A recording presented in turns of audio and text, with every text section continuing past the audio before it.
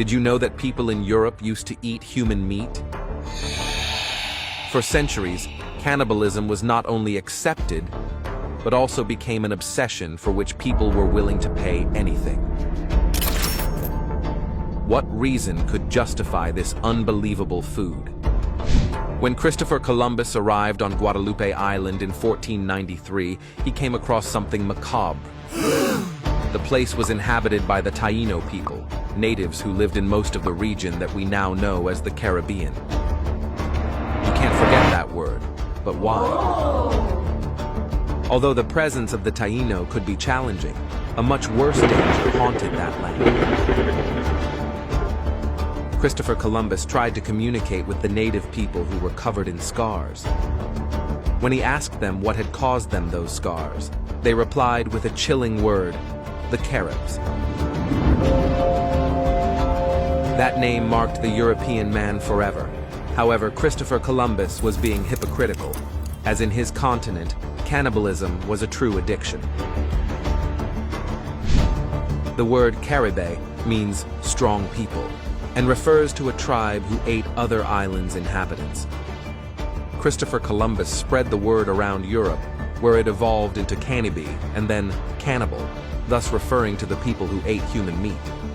However, they had a much worse practice. Unlike what we may think, cannibalism was accepted at some points throughout history. In the pre-Columbian tribes, such as the Aztecs, the bodies were consumed to absorb the enemy's power.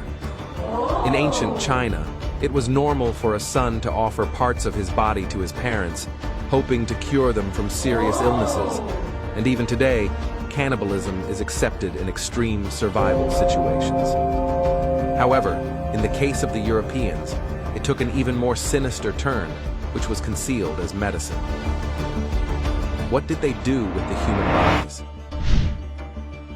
During the 12th century, no European inhabitant would refuse a piece of human meat. They would consume it in shakes, spoonfuls, and they would even spread it on their body to the point that the definition of cannibal wasn't accurate enough. That way of eating people consisted of a brown powder called mummia, resulting from grinding up human mummies.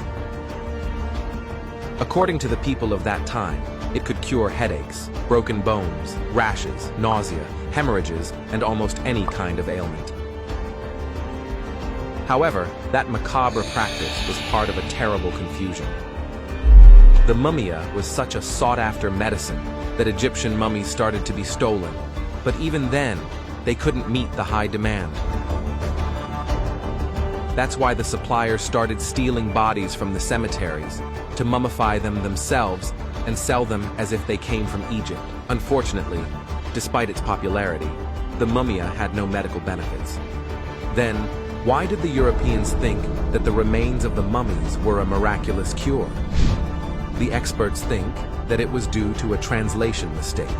During the Middle Ages, Persia was well known for its medical advances, and among its jewels was the mumia, a kind of bitumen derived from tar that was used to heal wounds and broken bones.